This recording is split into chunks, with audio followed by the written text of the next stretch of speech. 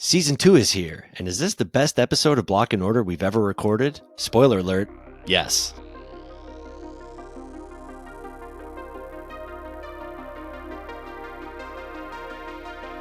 Welcome to Block and Order, the show that explores the legal issues facing the world of Web3 and beyond. I'm Kyle Lawrence, and with me, as always, I'd appoint him Commissioner of the SEC if given the opportunity, Mr. Moish Peltz. And I would gracefully turn you down. Hey, Kyle, how you doing? Nice to see you. Nice to see you, my friend. Well, season 2 of Block and Order is here, and what a surprise, what a treat we have for all our viewers and listeners. SEC Commissioner Hester Peirce stopped by. It's unbelievable. One, that we've made it a full year. I'm really proud of you and Abby and Chris and everyone else that has helped us put the episode together for the last year.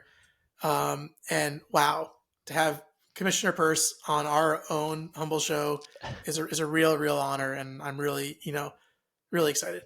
It is a pretty amazing thing, and she was, one, very gracious with her time, and two, very candid in her responses. Refreshingly so. I don't know why I can't speak anymore. You don't get that a lot of times with government employees, and I mean, she's not a politician directly, but you don't get that kind of frankness in responses. Very great stuff. Yeah, she was extremely candid, and I think made a pretty compelling argument that someone should really try and go in and register. I think we rightfully pushed back a little bit that, well, who's that going to be, and what's the incentive for them to do that versus probably moving offshore? But I think given the changing tides politically, which I think no matter what happens, as we discussed in the episode, no matter what happens in the upcoming election, we think things might start to thaw a little bit. But is someone going to go into the SEC, get a no action letter that's going to provide some guidance in this industry? And I think we'll have to wait and see. Yeah, but even her responses to what happens if the SEC doesn't grant that no action letter is something that, I mean, I've always flippantly just said, don't do that, you're crazy, but she really cast a different light on it. And I have to be honest, it definitely made a compelling case. So I hope that as the year turns and the new administration takes over, that we have a little bit more of a friendly environment, and she is at the forefront of that. So. Yep, absolutely. We also talked about some of the other regulatory regimes and whether we can pick and choose. And I think she also said, well, this is kind of, we've talked about this, right? Like, it's kind of good that the U.S. is like, yeah, let's hang back a bit and see what's working and not to work. I think that's right. I think that's right. I think, the chickens will come home to roost at some point. We have to act, but I think that is a very prudent approach, as opposed to just copying what somebody else does, because an entire industry is saying when regulation. Does not a good statute make, as we know. Yeah. Unfortunately, look, I think we're in the situation we're in. If we were able to pass legislation politically in our country, maybe we would have. But we made it this far. We made it this far, and let's see what. At this point, we might as well see what works and what doesn't, right? Exactly. Without further ado, let's kick it over to our discussion with Commissioner Hester Peirce. Well, season 2 of Block and Order is officially kicking off, and what a guest we have today, folks. SEC Commissioner Hester Peirce is giving us some time to appear on our show, and we are thrilled to have her on board. Well, I'm so delighted to be on Block and Order. I appreciate the chance to be here. I do want to start with my disclaimer, which is that my views are my own views as a commissioner, not necessarily those of the SEC or my fellow commissioners. Absolutely. And again, thank you so much. It's really nice to see you. We have not met in person, but I'm really looking forward to this conversation. Moish and I are kind of giddy, I'm not going to lie. Well, I'm excited about it as well. As somebody who, we follow what's going on with the SEC and crypto and digital assets generally, but just as a sort of day-to-day matter, as a securities lawyer, what is it like working at the SEC? What is your day-to-day like? I'm really curious to see what it's like when you walk through the door in the morning. No one day is like the next. There's a lot of, as you all know, as lawyers, there's a lot of reading and a lot of we're doing a lot of rulemaking these days. So there are thousands of pages that go along with each of those rulemakings, whether it's the rule or the comment letters. And so you spend a lot of time on things like that. And also, enforcement actions are the same. There's a lot of paper that you're reading, but you're also interacting with a lot of people, both inside and outside the commission. I talk to the staff all the time about rulemaking issues, about enforcement issues, and then also talk to a lot of people on the outside who have an interest in what we're doing. So I find it to be a pretty nice mix, and I get to talk to a lot of really interesting people. That's good. Well, speaking of really interesting people, I mean, we'll jump right in. What is your relationship like with Commissioner Gensler? I know you aren't necessarily aligned on policy, but we've seen historically Justice Scalia and Justice Ginsburg, who could not have been more opposed, but they were best friends and theater friends and those kinds of things. Just what is your relationship like with your fellow commissioners? We all get along very well. The five of us do. I mean, we're all very different in our approaches to securities law issues, but we get along well. I don't know that any of us go to the opera together the way Scalia and Ginsburg did, but we all get along. I mean, again, I think it really is important to look at these issues from a policy perspective. You can have disagreements on policy, and we all care about the capital markets. We all care about investor protection. And so we can come together around those issues, those big issues, even if we disagree on how to put that into operational practice. And as you note, I mean, there are very, very large divides between how we approach these things. I think we've done a lot of Sure. things very wrong in the past several years. And I hope that we'll be able to turn it around. Yeah, no, that's a great point, and it leads into one of the things that Moish and I were wondering while we just were preparing for this interview, but also just in our following of what goes on at the SEC. We've seen in various decisions and dissents that you have published, you've joined with Commissioner Uyeda several times. How do you work together to specifically craft a dissent or an opinion, and what is the process for doing that, the two of you, especially in light of the fact that there is not a lot of precedent for some of the issues and decisions that you're setting out? Well, Commissioner Ueda and I have the advantage of having known each other for a very long time. We worked together at the commission many, many years ago, and so I know his strengths, which are many, and so I'm able to draw on his deep knowledge of SEC precedent in a whole range of areas, and so then we can bring that to bear. Obviously, I worked here a long time ago as a staffer, so I have a lot of experience as well, and we can bring those things to bear on the issues that we're looking at. As you say, a lot of these are new issues, but when you go back and look, sometimes there are analogs in the past. So on the flyfish case, for example, we went back and looked, and there's some examples of where people have come in with country club memberships and said to the SEC, are we allowed to do this without registering these things? And I mean, I think that's outrageous too. Does every community pool that offers memberships need to come into the SEC and get permission to have memberships? It just strikes me as ridiculous. So while I do think that we're taking particularly aggressive positions in the crypto space, there are some pretty bad examples from the past as well where we've taken not I mean where I think we've been overly aggressive with our jurisdiction. Is there one in particular, one instance, if you could go back in time and change one specific case? I know that's a pointed question, and there's been a bunch of them that you've dissented on. Is there one you just said, gosh, we really got that one wrong? If I could just go back in time like Superman, what could I do? Is there one that sticks in your craw? Well, you mean in the crypto world specifically or Mm-hmm. before that? Yeah, I Well, mean, either or. I think the LBRY case is one example of a case that I just it really was a heartbreaking thing to see because people had really put a lot of effort into building something, and then we came in and we said you didn't comply with the registration rules, and it wasn't anti-fraud, it was all about registration violations. And so we put that company through quite a grueling litigation, and ultimately we did win in court, but I think that kind of thing can have a really chilling effect on young entrepreneurs who are trying to build things in the US. The other thing that I would go back and change, if I could change in time, was I would have approached this issue earlier with greater legal precision, and I think I would have encouraged my colleagues to do the same, because I think we've lost a lot of time by not Mm. really taking a very, sober legal approach to these issues. and maybe we would have avoided some of these questions around, is it the token that's the security, or is the token the object of the investment contract? Right. A lot of people have wasted a lot of time trying to figure out where we are on particular tokens.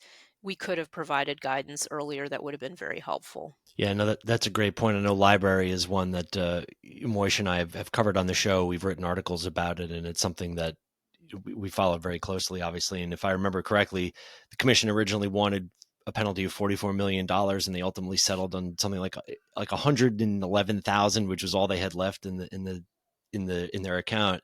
And your quote from the case, I have it up here. It's, are investors in the market really better off now after the commission's litigation contributed to the demise of a company that had built a functioning blockchain with real world application running on top of it? And for me, when I sit here, and I understand the SEC is a very difficult job. They're kind of operating, without the proper guardrails of congressional action. So I understand that it can be difficult, but where does that line get drawn between investor protection and hurting businesses? I think that's sort of one of the key things we want to talk about today. I'd love to get your thoughts on where that line can possibly be drawn. Well, it's hurting businesses, and it's also hurting, sometimes we come in and we say, well, the solution for a registration violation is that you, like, take the Mango DAO example.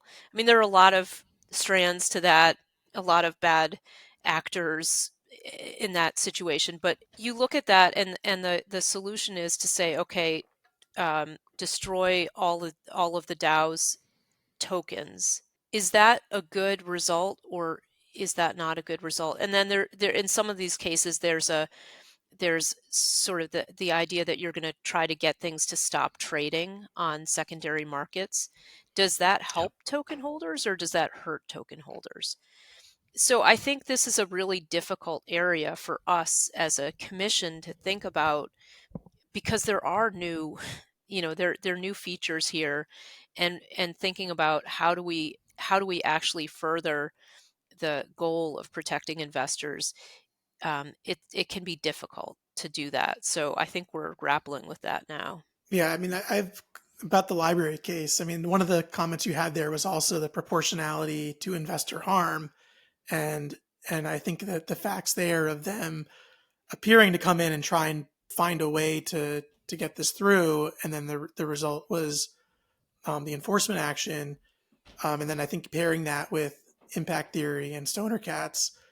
Me as the intellectual property attorney, there's a lot of companies that have really creative ideas of how they want to, revolutionize. Like I'm thinking, like the Web3 industry, right? Like we want to have an IP offering, we want to have community, we want to have other things like this, where even getting to your dissent in both stoner cats and impact theory about the IP in Star Wars and things like that is something that has not traditionally been in subject of enforcement, and so it kind of leaves, I think, a lot of entrepreneurs with really no good path forward. And they're like, well, we have a cool idea of how a blockchain could allow people to have some consumer IP relation to our company, but we see no pathway to an offering that's consistent with any substantive guidance in the United States.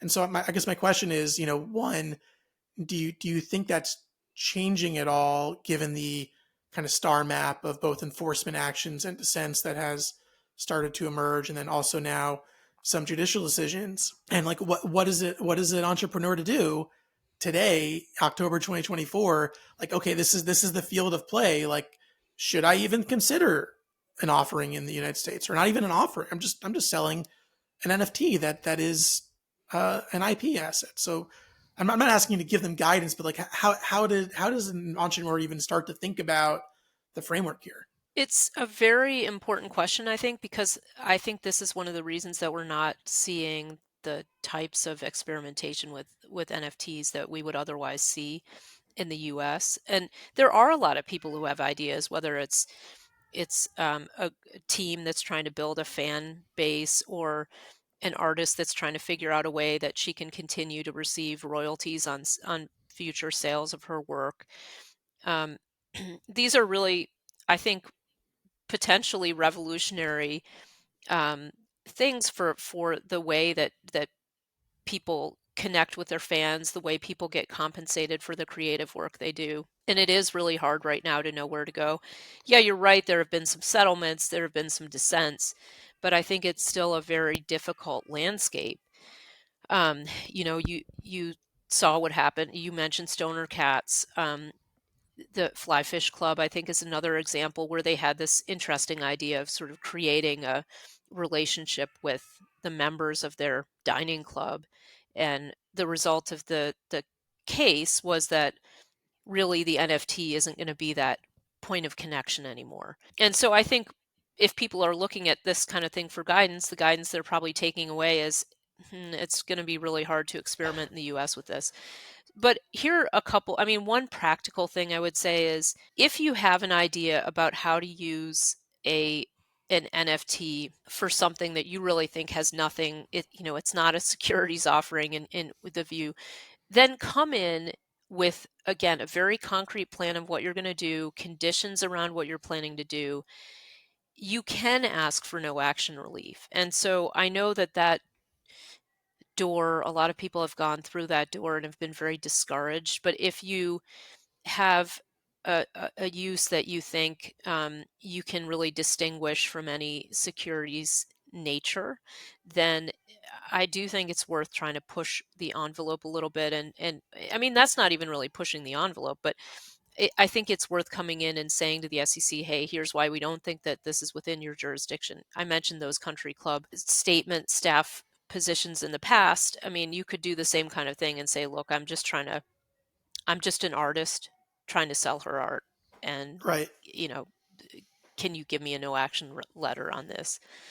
Well, it's interesting, and it's a fascinating answer because I know, we've done some of this research, and it's there. There's the country club no action letters, and then I think there's also the ones related to, I think the Green Bay Packers and the way that Yeah. like there's like fan kind of governance of the sports team, for example, and I think a lot of those are very analogous to DAOs and the way people are thinking about both selling, NFTs and also like community governance of an organization and I think really more governance versus like ownership and an income stream. Although I think a lot of people are trying to push that boundary and say, well, that they're all kind of related together and we have the technology to do this. And so for me, it gets into this idea of, there's this criticism of crypto that there's no use case. Like, why are people spending all this time and energy? And I think all this shows that there probably is some use case, and it's very analogous to things that people have been doing historically. It's just putting a new technology layer over it. But I think there's something of chicken and an egg. Like, there's no use case, but we can't actually do the use case we want to do in the US because we feel like there's regulatory uncertainty. But then we can't do that, so there's no proof of the use case. So do you see there being a bit of a cycle I think there? you're exactly right on that. This has been one of my great frustrations when regulatory colleagues say, "Well, I don't see any use to crypto." First, I say, "Well, there are stable coins. A lot of people are using that as use case that's pretty Oh yeah. prevalent now. Maybe not as prevalent in the U.S., but in other places." Um, but but second point is, yeah, how are you going to have use cases if we talked about LBRY, someone has come up with a use case and we shut it down. So, then the question is, what can we do to build an environment in which people could actually try things? And I think one of the things that crypto technology will be used for is the point you were talking about, building communities, enabling people to interact with other people in a way that allows them to trust other people, right? This is one of the revolutionary parts of the technology. And I'm not advocating or I'm not predicting what the future will hold, but I think um, there is a possibility that it's going to be used for, sort of building these communities. And that stuff may all be outside of the realm of the SEC. But if you want to have some sort of a profit component in it or something like that, it might well be within our space. So then I think the question for us becomes, can we work with people? I mean, we've had this mantra of come in and register. But now that we've had some time to think about it, can we work with people to think about a way that we can achieve the objective of making sure that the people buying these tokens or coins are aware of what they're buying. They understand who's behind it. They understand the plans for moving forward. Can we build that kind of disclosure framework that is really well suited for this type of, again, if it is a fundraising, right, that's suited for this type of fundraising? Can we Right. somehow marry it with crowdfunding, or can we come up with some other exemption that makes sense? That is a much better way for us to spend our time than trying to do this enforcement action by enforcement action. Because the problem with the enforcement action approach is that you end up with no clear path for people to experiment, Right. and you end up with this really, discouraging environment.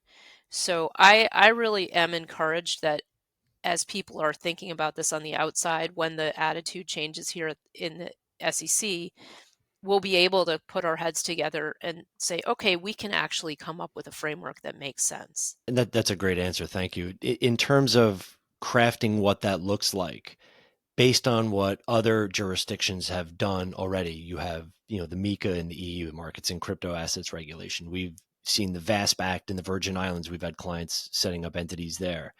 Is there a sort of a la carte approach that at least you've seen, this is something that could really make sense here in the US? Maybe not that, but certain bits and pieces. Is there anything specific in any of the other legislation that you've seen that could maybe work here? Yeah, I mean, we do have to kind of pick and choose, I think, from what others are doing. We have an unusual financial regulatory framework in the US. Our securities laws are a Yeah. little bit different than some other places. But the first thing that we can do is we can take the open mind that some other regulators have, and we could take that on for ourselves. So, I'm thinking something like the United Kingdom. While they haven't said, yeah, come into every crypto project, there is a barrier to entry there, but they have certainly said we want to work with projects. So I think, and then you see Switzerland has been very open-minded.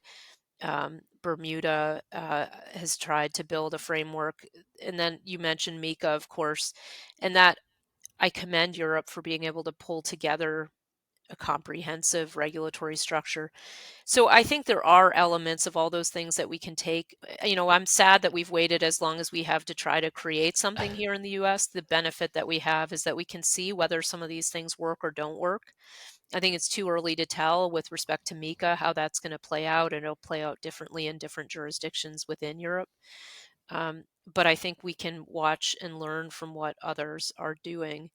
And so I think that sort of my answer to your question is, let's wait and see which one is working best and where we end. I Right. mean, there's a lot of activity in the UAE as well, and so just watching how these different places approach it, I think we'll be able to draw from them when we're ready to do our own thing.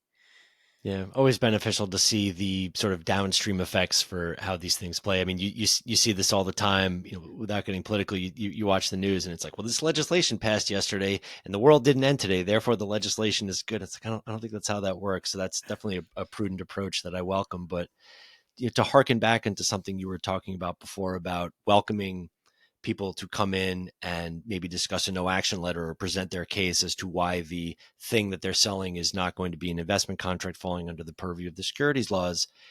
Is there any risk to these people? Because I mean, I deal with people who raise capital all the time, and their sort of orders to me are, I want to be protected. I don't want to have a problem down the road, whether it's with an investor, whether it's with a regulatory body. And that's, we're certainly sensitive to that. But is there ever a risk, and this may be a pedantic question, but if I'm an issuer and I come in and say, hey, can I have a no action letter? And the SEC says no, am I now going to be under the eye of the regulatory body by doing that?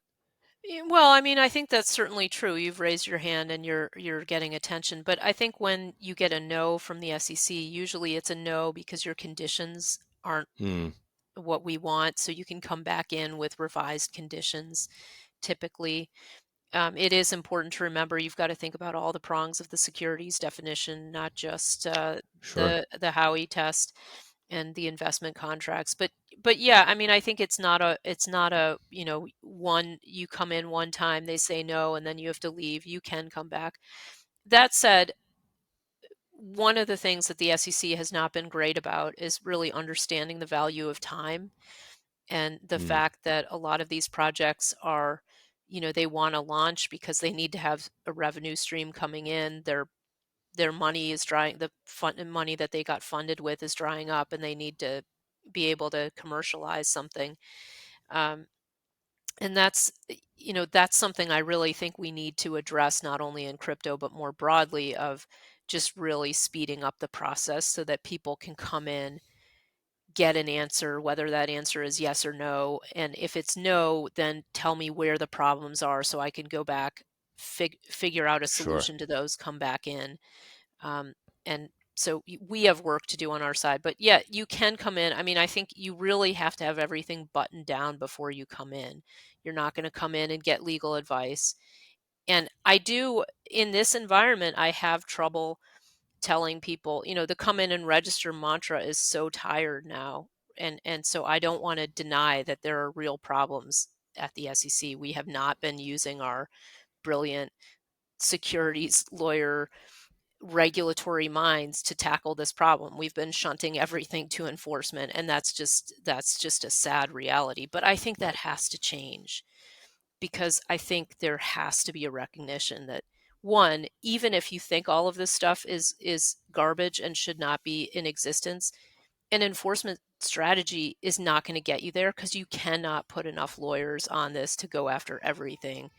So you have to develop a regulatory strategy at some point, and Right. it's just not a good use of our resources to go about it the way we've done so far. Yeah. Yeah, that's really interesting. And I think, from the standpoint of a company that's entrepreneurial, trying to move fast, do something innovative where there may not be clear guidance. You're right. They're running low on capital, and they're stretching thin already. And I think that from their standpoint, the decision is, well, I can go in and try and register and have a serious conversation, but I don't know what the outcome of that's going to look like. Versus I can go offshore, and that's risky, and there's lots of downsides that go along with that. But I kind of know, at least in the first few months, like what that's going to look like, right?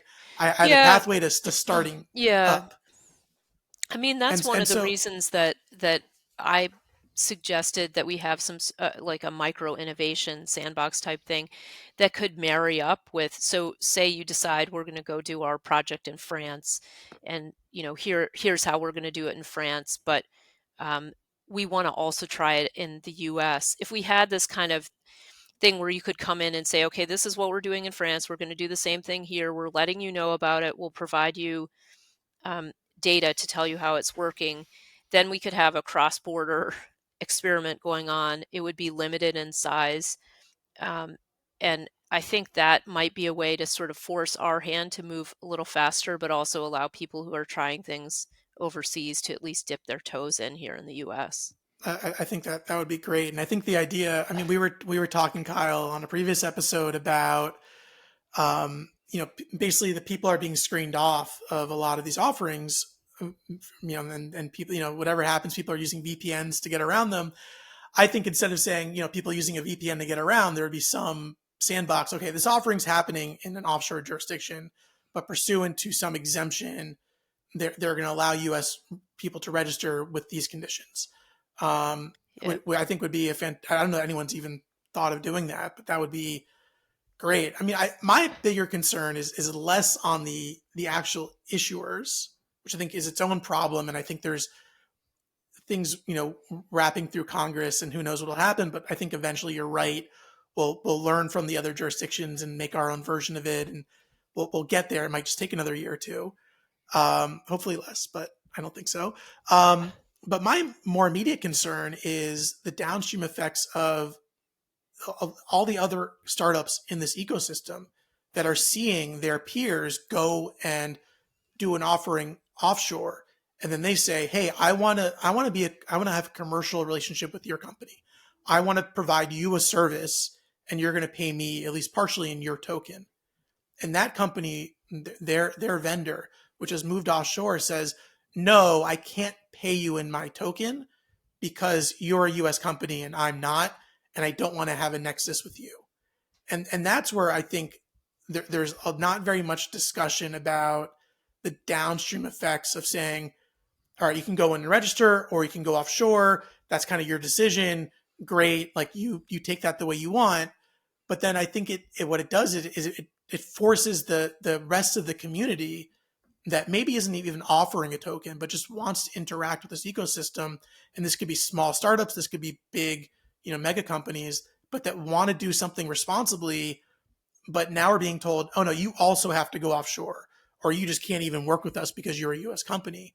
And so I'm curious That's if there's such an any, interesting point. Yeah, I mean, yeah, I think it has ripple effects, right? You can't just say, okay, fine, we'll push these companies out, but it will mean that you lose other companies, you lose the talent that goes with those companies. I mean, the big companies aren't going to leave the US, but the fact that they're not going to experiment, if they're willing to get paid in tokens, for example, that and we say no, or the company says no, you can't, because we can't have those flowing into the US, then it means that we're losing the big companies are losing the ability to experiment with this stuff as Yep. well. So yeah, I think it's a really interesting point, and one that we should be thinking about. It's certainly something that we hear a lot about. I mean, a lot of our clients are in that boat, and it's just it can be a harrowing experience for some. I mean, that breaks my heart to hear, right? Harrowing experience of navigating the regulatory waters of the US. It should not be this way. Of course, we're going to have rules. We need to have rules.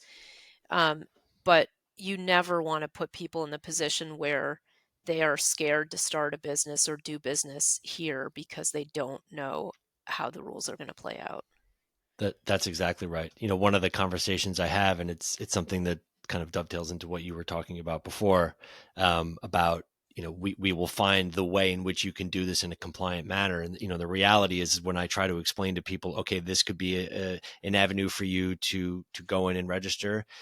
For example, I don't know, Regulation G, for example, requires if you have non-GAAP financials, you have to be something as close as possible to GAAP. But the accounting standards haven't been updated to account for crypto assets. So it's this kind of Moish used chicken and the egg. That's kind of where we are with a lot of these things, and it can be really frustrating for a lot of people. So you can see how Well, I mean, and you the can reality is that a lot of these crypto startups, when we tell them come in and register as if you're a public company, I mean, it's just it's you would yeah, never tell a small no, startup in a garage in San Francisco that they have to come register and do an IPO. That's ridiculous. not once. We're running as we kind of whittle down our time. There's one question I would like to ask without kicking political hornets' nests, as I'm sure you know. Is a big election coming up next week. And everything that we're seeing is that regardless of who wins, the new administration is going to be a little more sympathetic to crypto, embracing of crypto. I mean, depending on who you ask, what are your thoughts heading into 2025? As we've had a great conversation about what the SEC needs to do, what we as a country, as practitioners need to do. But what do you think is going to happen in 2025 once a new administration comes in that is purportedly more friendly to this space? What I worry is going to happen is you get a more open mind toward, developing good rules, and then they say, okay, so what should those rules be? And everyone just does, no one knows what to do. So my advice to people is, um, come, eh, be ready with good ideas and come to us with those good ideas. And so whether it is, we talked about what other jurisdictions are doing. Now that people have started to have experience, tell us which pieces of other jurisdictions approaches are working and not. Tell us what are the big pain points here in the US for you. Tell us, if you do feel that you're on a harrowing journey, right? Tell us what is it that you're scared of here in the US. Um, Tell us what project you were going to build but you shelved because you feared that it would run into trouble. Have that stuff ready to go so that, um, whether it is, one administration or the other, you can give them ideas about how to move forward. And there also is a lot of interest on Capitol Hill, and so there'll be people looking for good ideas there as well. Having those ideas ready is so important, because otherwise we're just going to lose more time. Yeah, no, that's great stuff. Do you have any final words of wisdom for for the nascent industry, for the issuers out there, for the people who are just getting their feet wet? I think I always urge people to keep coming to talk to me. And I mean, that's a little bit self-serving on my part, but just to tell me what I should be thinking about, it's helpful. So Commissioner Peirce at sec.gov. And then I just want to thank people who are trying to do legitimate work. I'm not thanking anyone who's trying to use crypto to rip people off, because there's too much of Of that. course. Yep. So, call out the bad actors you see, tell us about those bad actors as well. But for the people who are trying to legitimately build things, I just appreciate the fact that you're willing to hang on and wait as we fumble around here in Washington. I do think we can get to a better place. And I'm grateful that there are people who are still willing to keep working. Well, we want to thank you for being so open and transparent, and having your email and your Twitter account, and appearing at digital assets conferences regularly, and other events in the industry. So we want to thank you for your openness and everything you've done to No, the push honor forward has a lot been of these mine in that ideas. regard. I mean, I can't tell you how grateful I am that people are willing to have a regulator in their midst and, be open with me. It has been a real one of the big honors of being a commissioner has been being able to meet people in this community. That sounds great. Commissioner Hester Peirce, thank you so much for joining us on Block and Order. We'd love to have you back whenever you'll have us. So we Well, thank you thank again you for for your having me. time. This has been such a wonderful conversation. Thank you. Appreciate it. Thank you. Well, that was a fantastic discussion that we had with Commissioner Peirce. And just once again, I don't mean to harp on it, but just so appreciative of her time and her wisdom, and just her insight into the space. It was fascinating stuff. I hope we get her back again someday soon. Yep, you said it well. We're gonna have to run through the whole commission once we get there. By season 5 of Block and Order, Oh, there you one go. commissioner per season, right? Well, I like that. That's a good idea. And now you're an SEC commissioner, so now that'll include you. Well, that wraps it up for this edition of Block and Order Season 2. First episode went off brilliantly, I think. Don't forget to like and subscribe and follow us on all our socials. Links are down below in the show notes. We are available on all podcast platforms, including YouTube. Don't forget that Block and Order does not dispense legal advice or financial advice. Please consult your own advisor if you're going to take the plunge down the rabbit hole. Special thanks to producer Abby for all her work on the show. Without her, the show would not be possible. We didn't talk about any specific assets necessarily on the show, but to the extent that we discuss them, that does not represent an endorsement of said assets by Moish and or I. We own a perhaps irresponsible amount of these assets, but such is life. That wraps it up for this episode. So on behalf of Moish Peltz, I'm Kyle Lawrence. Take care, everybody. Take care.